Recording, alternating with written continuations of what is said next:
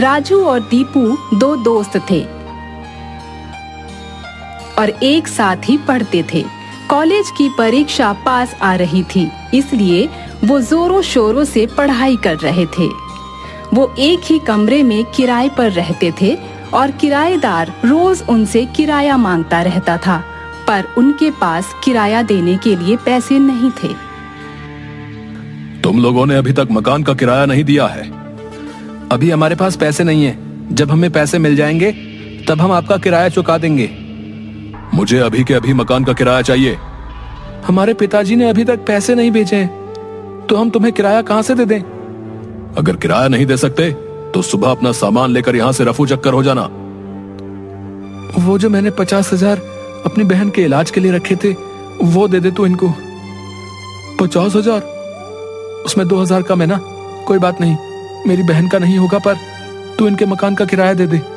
मेरी बहन जिंदगी और मौत से लड़े तो इन्हें क्या फर्क पड़ता है। मकान मालिक को बड़ा दुख होता है।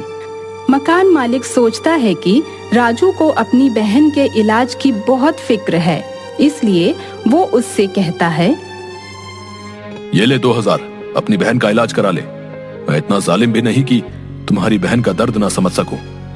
कोई बात नहीं बेटा, तुम्हारी बहन ठीक हो जाएगी। अंकल जी, मैं बस ये सोच रहा हूँ कि इसकी बहन पैदा कब हुई, मुझे पता कैसे नहीं चला। तेरी कोई बहन नहीं? मुझे बेवकूफ बना रहे हो तुम दोनों दोस्त। निकल जाओ अभी यहां से। अपना बोरिया बिस्तर उठाओ और बाहर का रास्ता देखो। मकान मालिक उन दोनों का सामान बाहर फेंक देता है।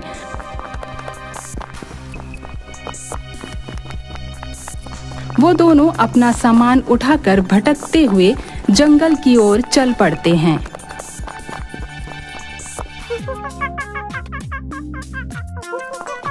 जहाँ पर राजू की टोपी एक बंदर उठाकर पेड़ पर चढ़ जाता है।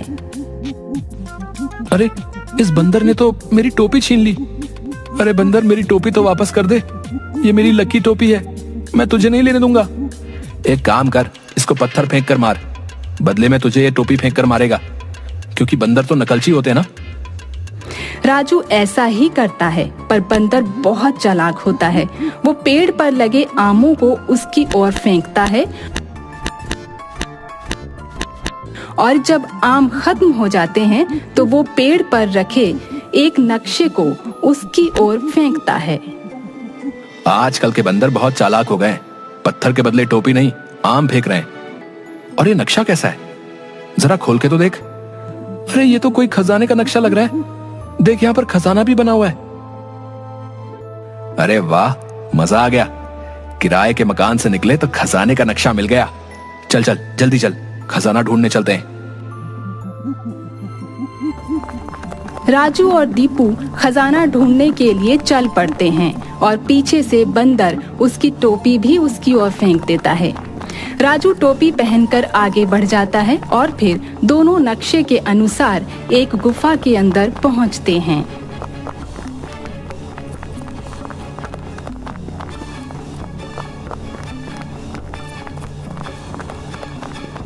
नक्शे में तो यही गुफा लग रही है। अंदर चलकर देखते हैं कि ये रास्ता कहां पर जाता है। तुम्हें अगर मेरे अंदर आना है तो उसके लिए एक काम करना होगा। और वो क्या काम है? इस दरवाजे पर जो ताला लगा हुआ है उसकी चाबी जंगल के एक तालाब में है। वहां से तुम्हें वो चाबी लानी होगी और इस ताले में लगानी होगी।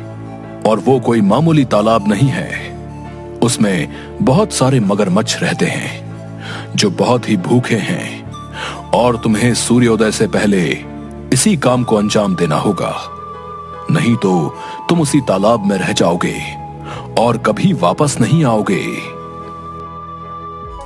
दोनों सोच में पड़ जाते हैं और उस तालाब की ओर चाबी लेने के लिए चल पड़ते हैं।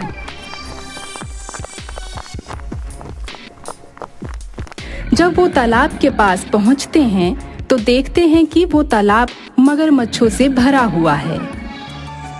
अरे यार, ये तो मगरमच्छों से भरा हुआ है। अगर हमने इस तालाब में एक भी कदम रखा तो ये मगरमच्छ हमारा पल में सफाया कर देंगे, क्योंकि ये तो बहुत भूखे लग रहे हैं। हमें खजाना लेने के लिए कुछ ना कुछ तो करना ही होगा। मेरे पास एक उपाय है। हम दोनों तालाब की दोनों तरफ से तालाब में घुसेंगे, जिसकी वजह से एक तालाब में घुसेगा तो सारे मगरमच्छ उसकी तरफ आएंगे और दूसरी तरफ से दूसरा बंदा तालाब के अंदर से चाबी लेकर आ जाएगा। ये काम तो मैं करूंगा क्योंकि मैं तुझसे बड़ा हूं। तू पीछे की तरफ से खजाना लेकर आ जाना। इसमें बड़े और छोटे की क्या बात है, मैं आगे से जाऊंगा, इससे सारे मगरमच्छ मेरी तरफ आएंगे। राजू और दीपू अपनी अपनी जान की बाजी लगाने के लिए तैयार हो जाते हैं। अंत में राजू तालाब में उतरने के लिए तैयार होता है और दीपू बार बार उसको मना करता है, पर वो नहीं मानता और उसे तालाब की दूसरी ओर जाने के लिए कहता है। परंतु जैसे ही राजू तालाब में उतरता है तो सारे मगरमच्छ कमल का फूल बन जाते हैं। अरे ये क्या, ये सारे मगरमच्छ कहाँ गए? ये तो सब कमल का फूल बन गए हैं। अरे ये तालाब में से कौन सी देवी प्रकट हो रही है? कुछ समझ में नहीं आ रहा। मगरमच्छ कमल का फूल बन गए और नदी में से देवी प्रकट हो रही है। आखिर ये सब हो क्या रहा है? राजू और दीपू की दुविधा देखकर वो देवी बोलती हैं, मैं इस तालाब की रक्षा करने वाली देवी हूँ और इस तालाब की मगरमच्छ के रूप में रक्षा कर रही थी, परंतु तुम्हारे मन की सच्चाई और एक दूसरे के लिए प्यार देखकर मैंने तुम्हारे रास्ते को साफ कर दिया है। अब तुम्हें कोई भी विपत्ति नहीं आएगी। तुम इस तालाब में से खजाने की चाबी ले सकते हो।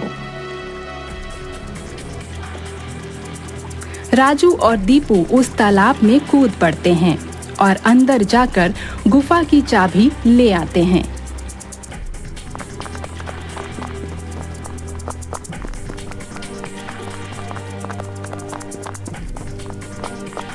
और गुफा के पास जाकर दरवाजा खोल देते हैं।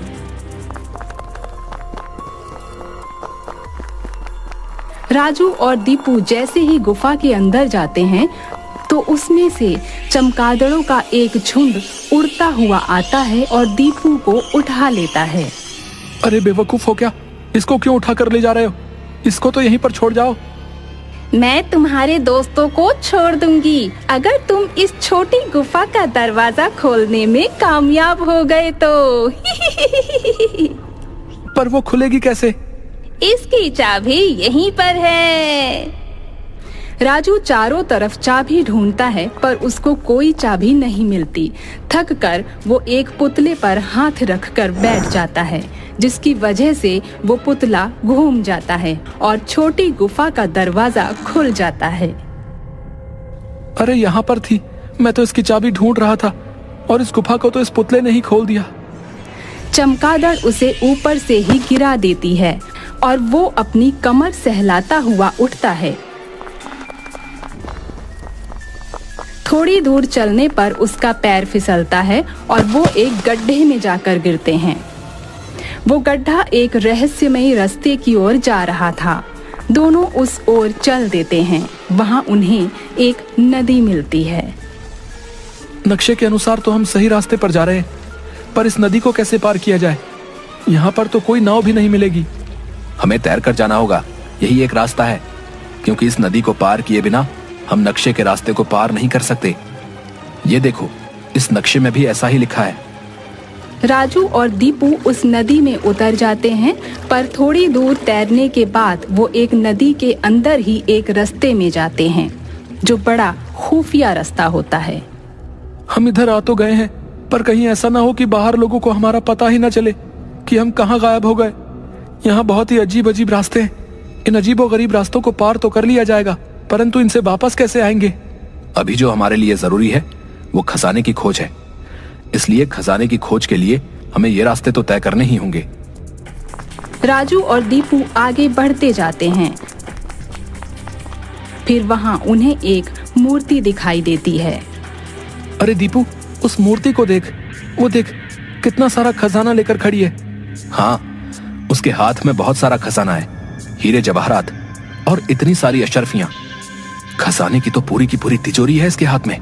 परंतु जैसे ही वो खजाने का बक्सा उसके हाथों से उठाते हैं तो पूरी गुफा हिलने लगती है और गुफा के अंदर मोटे मोटे पत्थर गिरने लगते हैं। दीपू भाग। मुझे लगता है हमने ये खजाना उसके हाथ से उठाया, इसी कारण से पूरी जमीन हिलने लगी है और ऊपर से ये मोटे मोटे पत्थर भी गिर रहे हैं। हाँ राजू, जल्दी भाग। राजू और दीपू जैसे जैसे उस गुफा से बाहर निकल जाते हैं और जैसे ही वो बाहर आते हैं तो पूरी गुफा मिट्टी का ढेर बन जाती है। राजू और दीपू खजाना पाकर बहुत खुश होते हैं। अभी तक हम किराए के मकान पर रहते थे, पर अब हमें अपना मकान लेने से कोई नहीं रोक सकता। कितना बड़ा खजाना हमारे हाथ लगा है। सही कहा तूने, इस खजाने से तो हम बहुत अमीर हो जाएंगे। अब हम किराए के मकान में रहेंगे नहीं, बल्कि किराएदारों को रखेंगे। पर हम किसी से हर महीने किराया नहीं वसूलेंगे, क्योंकि हमें पता है कि जब पैसा नहीं होता तो कितना दुख होता है। राजू और दीपू वह सोना बेचकर गाड़ी और एक बंगला खरीदते हैं और अमीर हो जाते हैं। ये बात वो किसी को नहीं बताते और उस खजाने की मदद से वो ऐसे लोगों की मदद करते हैं जिनके पास मकान नहीं होता या जो मकान मालिकों से परेशान होकर इधर उधर भटक रहे होते हैं। वहीं दूसरी ओर उनका मकान मालिक उनके ये ठाट बाट देखकर बहुत जलता है।